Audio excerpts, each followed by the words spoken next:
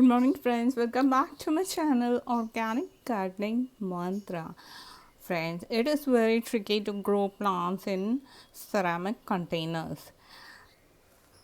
I want to change this plant from this container and give this plant, because from this I have taken several cuttings for propagation, and this plant has become very leggy. So it's to remove the plants also, it is very difficult from ceramic containers, and also to repot also it is very difficult. If it is plastic container, you can just tap and remove. Nursery containers you can tap and remove. Earthen pots also you can remove very easily. Even if it breaks, it is not so this plant it is growing in nursery container only. Just 15 days back I brought it, and now I am trying to repot it in this container. So this is a ceramic container, and I want to repot this plant in ceramic container. This nursery soil will be somewhat like this red soil, it will be like a stone. If that plant I will keep like that in this container, it will die very soon. So I am preparing soil. It is very tricky, because it this containers they soil will be damp and moist for very long time. So you have, while preparing the soil also you should be very careful, and also while watering the plant, because this containers they don't water will not ooze out of it first thing. So that moisture remains in the soil, and second thing, if you keep it in the sun, this material becomes heated. So during summers you have to be very careful that you keep such plants in shady area only. So I mostly grow plants that grow in shady area, because I keep such containers in little bit shady area. So I have to remove this plant and repot this one in that, and this I have to repot in some small container like this. So I will show you the soil mix that I have taken. Friend, this is a soil mix. This is soil, garden soil. This is vermicompost, and this is coco peat. How much soil I have taken? Half of that vermicompost, half of that coco peat, because as I told you, water will be retained in this container. So only little coco peat I am taking. On top of that, I am taking this vermiculite,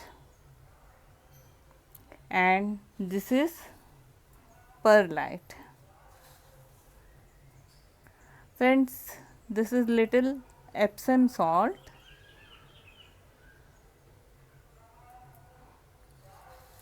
This I will show you closely. This is perlite. This is vermiculite, and this is fungicide, and this is bone meal. All this I will mix together and make soil mix for this plant.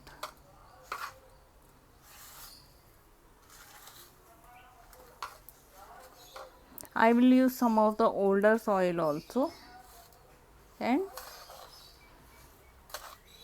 after this the soil will look somewhat like this.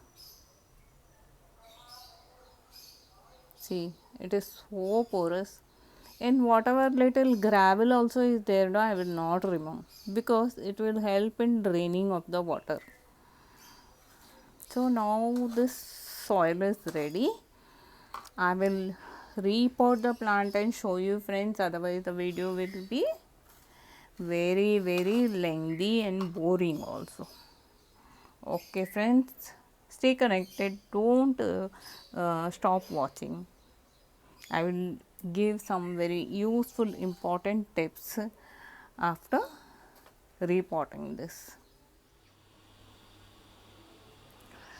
So friends, finally finished repotting, and this is how the plant looks in this planter, ceramic planter. I have also given a new moss stick to this plant because my plan is to rotate these when they grow, no, if they rotate around the moss stick, they will grow very healthy and nice. This is actually something like a creeper philodendron, no. So when it gets a moss stick, it grows very well, and you have to water the moss stick also.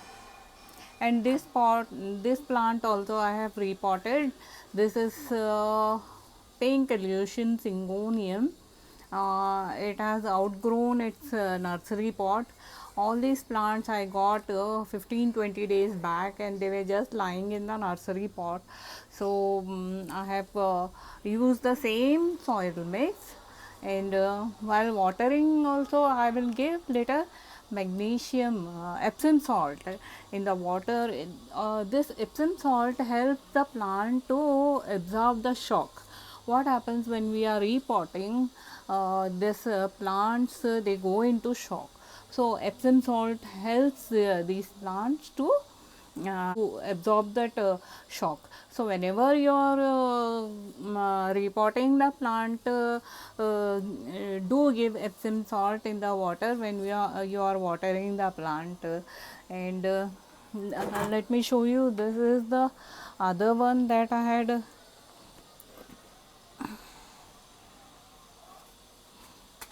The plants that were there in the ceramic planter, I have kept them in this hanging planter. See, these small plants, na. All these plants I have kept them in hanging planter. So these plants grow nicely in a hanging planter also, because there were many small plants, 5-6 small plants, so it will look very nice in the hanging planter. So this is how I have I'm preparing my plants for the ensuing rainy season, because in now it is hot, almost 15th of June.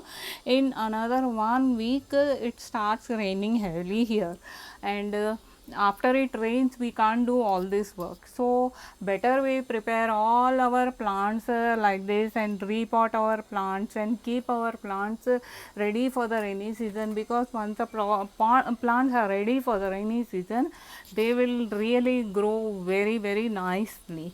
Okay friends, bye bye, thank you for watching, stay connected.